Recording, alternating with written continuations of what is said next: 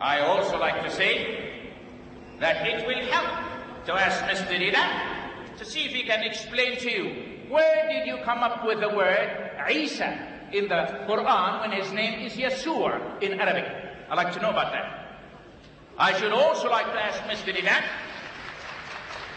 a question to tell this great audience about his incredible book, Al-Quran, the Ultimate Miracle.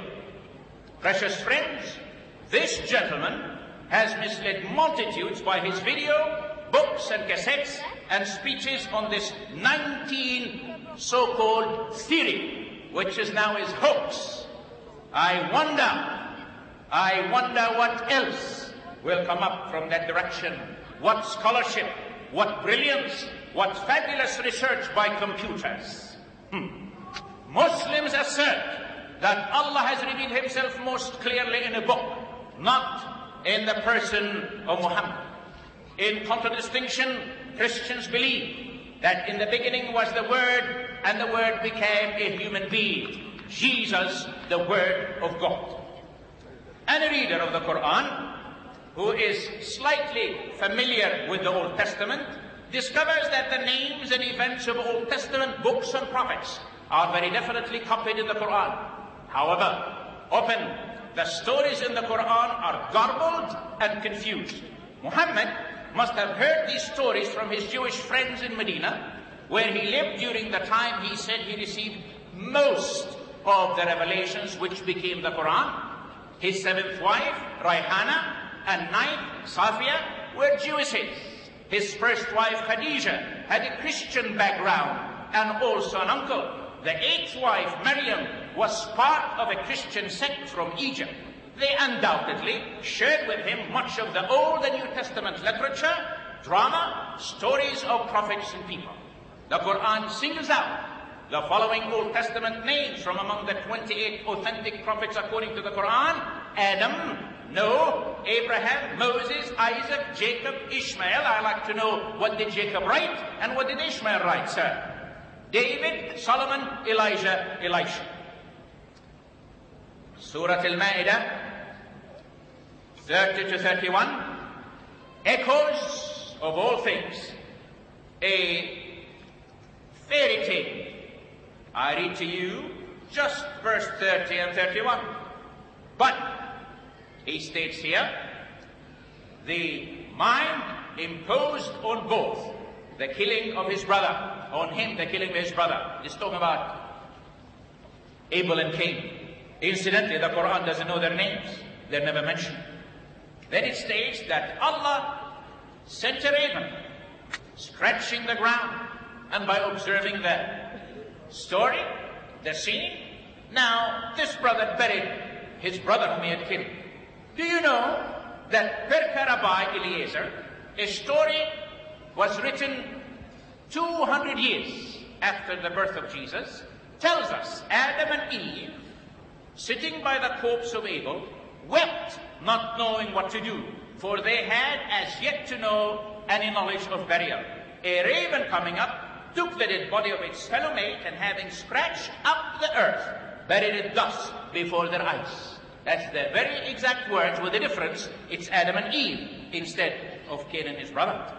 If Islam could trace its origin and prophecy to Abraham, then we would expect to find the Old Testament referring to Allah, Muhammad, Mecca, the black stone of the Kaaba, and the many ceremonies and practices of Islam. But the Bible is devoid of references to Muhammad, and there are no biblical references whatsoever to anything Islamic. It is much more reasonable to conclude that Islam grew from the polytheistic and animistic culture of Muhammad's tribe.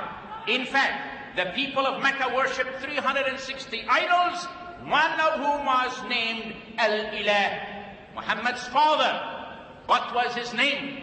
If he brought new revelation, how come his father's name was, as most of you know, Abdullah, a servant of Allah, God? From the second Targum, dating back to the 2nd century AD, we find the source of Surah An-Naml, and it is very fictitious. I'm not going to read you the Quran. I'm going to read you what this is, and you think it's the Quran. Solomon gave orders, I will send kings and armies against thee, of jinni, beasts of the land and birds of the air. Just then the red cock, a bird, enjoying itself, could not be found. King Solomon said that they should seize it and bring it to by force. And indeed he sought to kill it. But just then the cock appeared in the presence of the king and said, a bird is speaking, I had seen the whole world, and know the city and kingdom of Sheba, which is not subject to thee, my lord king. They are ruled by a woman called the Queen of Sheba. The end of the story is fascinating, as the bird goes and carries a letter, and she comes back, and when she arrives, she sees the palace, and the floor is of glass. She thinks it's water. She tries to uncover her legs, and the king screams. This is in the Quran. Cover your legs. This is not water. This is not the sea. This is glass. What an exciting story to be written in the Quran.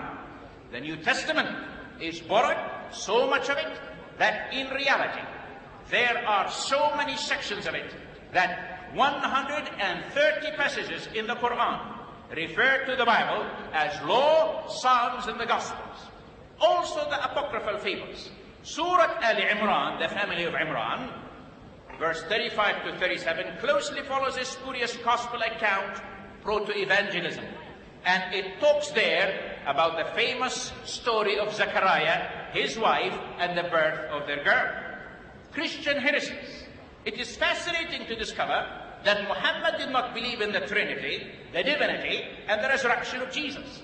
To understand why this was so, we must examine the deviant doctrines of Nestorians and the followers of this man.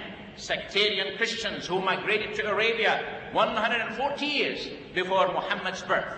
Muhammad apparently drew these denials from their heresy. Nestorius was the Patriarch of Constantinople in AD 428. He did not believe the same truth as the Bible teaches, and therefore he was rejected. What did he do? He and his followers fled to different places, among them Persia and Arabia, where they made their acquaintance with the family of the Prophet. Most Christian scholars believe, and Muslim history attests, that Muhammad came in contact with Nestorians during his travels to Damascus when he was 12 years of age, and Buhaira saw in him the possibility of a prophet. 12 years later, he convinced him of that, traveled with him, and taught him most of what he knew about what we call the biblical stories from the Christian viewpoint. Heathenism. The ancient Arabs reportedly had 7 celebrated temples dedicated to the 7 planets. Among them was the temple of Sana'a, which was built in honor of Venus, and the one at Mecca, consecrated to Saturn. Stone worship prevailed at an early period among the Arabs, as among many other nations. Stones shaped like the famed Egyptian obelisks, and 10 feet high. You can go with me to South Jordan and see it in the city of Petra to this very day. The ancient Nabatean Arabs worshipped these stone-carved pillars.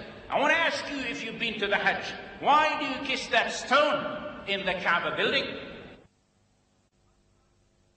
Supposedly, 1,000 angels pardon me, have been appointed to guard the structure. Apparently, they were careless in their duties, because Abraham and his son Ishmael are said to have rebuilt it the first time, and others did the same later after another flood. Some idols of the ancient Arabs are mentioned by name in the Quran. Allat, the chief idol of Taif, is supposed to mean the goddess. Al-Uzza probably symbolized the planet Venus, although it was worshipped as the form of a babul tree. Manat was a large sacrificial stone. Suwa was a female deity. Yaqus was in the form of a lion. Ya'uq in the shape of a horse. And Nasr had the shape of an eagle. In front of the Kaaba itself was the great image of Hubal, the garden deity of Mecca. The secrets of Enoch and the testament of Abraham. The subject at hand is the famous Mi'raj of Muhammad. It is recognized as the night in which he went to heaven by way of Jerusalem. riding an animal as long as I could see, whose face was the face of a woman, with cosmetics on it. Aisha, surprisingly enough, declared emphatically, the body of the Prophet of Allah did not disappear, but Allah took away his spirit by night.